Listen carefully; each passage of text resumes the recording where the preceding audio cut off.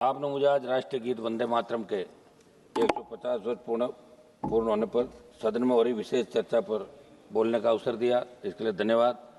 वंदे मातरम के 150वें वर्ष का महोत्सव देश मना रहा है। ये पुण्य अवसर हमें नई प्रेरणा देगा, कोटि कोटि देशवासियों को नई ऊर्जा से भरेगा। इस दिन को इतिहास की तारीख में अंकित करने के लिए भी आज सब लोग जिस तरह मिलकर कर रहे थे, एक दुर्भाग्य इस बात का जो संख्या उसके अंदर होनी चाहिए, वो लोग इसको इतना सीरियस नहीं ले रहे हैं जितने इधर के लोग ले रहे हैं। इधर के नेता बात करते हैं, अब तो कोई नहीं दिख रहा, 3-3, 4-4 लोग बैठे हैं। ये तो हम सिंगल मेंबर हैं जो कोरम पूरा कर रहे हैं आपका लोकसभा का। इसका समय मिलेगा एक दो अध्यक्ष सभा महोदय, मैं इस देश के महापुरुषों को, अनगिनत स्वतंत्रता सेनानियों को, भारत माँ के संतानों को वंदे मातरम इस मंत्र के लिए जीवन खपाने के लिए श्रद्धापूर्वक नमन करता हूँ और देशवासियों के अवसर पर मैं बधाई देता हूँ। सभा महोदय, मेरे से पूर्व वक्ता हमारे नगीना और हैदराबाद से आने वाले सांसदों ने जो बात कही इस देश के वर्तमान हालात की, वंदे मातरम की रचना बंकिम चंद्र चट्टोपाध्याय ने 1875 में की थी और बाद में 1881 के अंदर उनके उपन्यास आनंद मठ में ये प्रकाशित हुआ। जब बंकिम बाबू ने वंदे मातरम की रचना की तब भारत अपने उस स्वर्णिम दौर जो सोने की चिड़िया कहलाता था उससे बहुत दूर जा चुका था। विदेशी आक्रमणकारियों ने उनके हमले, लूटपाट, अंग्रेजों की शोषणकारी नीतियां, उस समय हमारा देश गरीबी और भूखमरी के चंगुल से करा रहा था।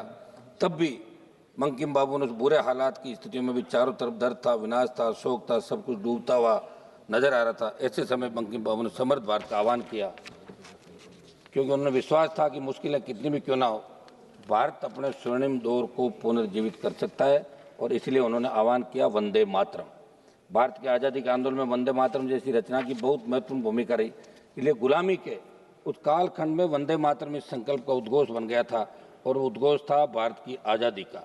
माँ भारती के हाथों से गुलामी की बेड़ियाँ टूटेगी और उसकी संतानें स्वयं अपने भाग्य विधाता बनेगी। सभापति महोदय, मैं राजस्थान की धरती से आता हूँ। ये धरती भी शक्ति एवं भक्ति वीरों की धरती रही है। हमारे से भी बहुत से स्वतंत्र सेनानियों ने, बहुत से लोगों ने आज़ादी के आंदोलन में शहादत दी। मैं हमारे आज़ादी के आंदोलन में भगत सिंह जी, चंद्रशेखर आजाद, सुभाष चंद्र बोस, सुखदेव, राजगुरु, रानी लक्ष्मीबाई, राम प्रसाद बिस्मिल, मंगल पांडे, उधम सिंह, लाला लाजपत राय जैसी विभूतियों ने अपने बलिदान में देशवासियों को प्रेरित किया। मैं जिस कौम से आता हूँ उस जाट कौम ने भारत के इतिहास में सबसे ज़्यादा मातृभूमि के लिए प्राण न्यौछावर किए।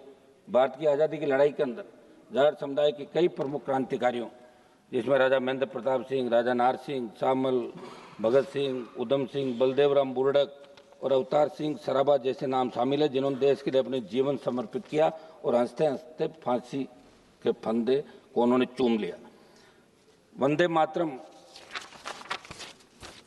आज के हालात के अनुसार, सभापति महोदय, जो हालात आज बन रहे हैं उस हालात के अंदर हमें वंदे मातरम की जो आज ऐतिहासिक बहस हो रही है उसके बाद हमें इन चीज़ों की ओर भी सोचना होगा कि आज देश के हालात क्या है। इस गीत से उस समय गोरे अंग्रेज इतने डर गए थे, उस समय हमारे पास साधन संसाधन नहीं थे कि इस नारे को लोकप्रिय बनाने वाले रविन्द्रनाथ टैगोर, विपिन चंद्र पाल और श्री अरविंदो जैसे महान विभूतियों को कई बार नज़रबंद किया। ब्रिटिश सरकार इनसे इतनी परेशान हुई कि जगह जगह वंदे मातरम बोलने पर पाबंदियां लगा दी गई। आज अपन जो ये चर्चा करें, निश्चित रूप से आपका एजेंडा क्या होगा, इनका एजेंडा क्या, मैं इसमें नहीं जाना चाहता, लेकिन सभी कौम के महापुरुषों ने इस देश को आज़ाद कराने के अंदर हिंदू, मुस्लिम, सिख, ईसाई तमाम जातियों ने, आदिवासियों का अलग आंदोलन था, किसान अलग आंदोलन कर रहे थे, सारे क्रांतिकारी इस देश को बचाने का काम कर रहे थे। राष्ट्रपिता महात्मा गांधी के नेतृत्व में सिर्फ हिंदू, सिख ही नहीं, मुसलमान भाई बहनों का भी प्रमुख योगदान रहा। मौलाना अब्दुल कलाम आज़ाद, अशफाक उल्लाह खां, खान अब्दुल गफ्फार खान, डॉक्टर जाकिर हुसैन, मौलाना मोहम्मद अली जोर, हजरत मोहानी बेगम, हजरत महल और यूसुफ मेहर अली जैसे प्रमुख लोग इसके अंदर शामिल थे। सभापति महोदय, ये अच्छी बात है कि प्रधानमंत्री ने वंदे मातरम की चर्चा की शुरुआत की। वंदे मातरम जय हिंद देश की संस्कृति और स्वतंत्रता संग्राम से जुड़े नारे, लेकिन इसी सरकार ने, जिसने राज्यसभा में नारों के इस्तेमाल पर प्रतिबंध संबंधी अधिसूचना जारी की थी, राज्यसभा बुलेटिन में सांसदों को शिष्टाचार और परंपरा का हवाला देते हुए जय हिंद और वंदे मातरम जैसे नारे नहीं लगाने की सलाह दी। कौन सरकार ने? इसी सरकार ने। जब सरकार का नाम आती घंटी तो यहाँ तो कितना पहल के गए लोग, थोड़ा बहुत तो बोलने दो सर। जब इन्हीं पर चर्चा करते हैं तो बहुत कुछ आक्षेप लगता है। उम्मीद है कि वंदे मातरम पर व्यापक और सार्थक चर्चा होगी और ये चर्चा पश्चिम बंगाल चुनाव को ध्यान में रखकर किसी एजेंडे में न बदल जाए। चर्चा राजनीति से ऊपर उठकर देश हित को प्राथमिकता दे। लेकिन ये दुर्भाग्य है कि आज इस चर्चा में भाजपा के ज़्यादातर लोग राजनीति कर रहे थे और कांग्रेस वाले है नहीं। ये भी बड़ा दुर्भाग्य। आप देखिए, वर्तमान सरकार के पर नहीं बल्कि देश के सामने मौजूद जटिल समस्याओं, महंगाई, बेरोजगारी, आर्थिक विकास, महिला सुरक्षा, किसानों की व्यापक समस्याओं, सांप्रदायिक हिंसाओं, समाज में बढ़ता अपराध, युवाओं में बढ़ता नशा, इन पर रोक देने की आवश्यकता है। हाल ही के सितंबर महीने में इनके जो जिनको लोग गोदी मीडिया कहते हैं, मोदी मीडिया, इंडिया टुडे सी वोटर द्वारा किए गए सर्वे के मुताबिक पीएम के नेतृत्व में पिछले 11 साल में उनकी सबसे बड़ी जो असफलता बताई बेरोजगारी।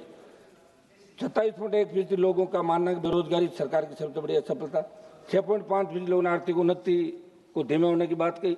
5.8% लोगों मतलब मोदी सरकार के तो अल्पसंख्यक समुदाय में भय का माहौल। 5.3% लोगों मतलब महिला सुरक्षा और 4.8% कह रहे हैं कि आतंकवाद को न संभाल पाना भी दिक्कत है।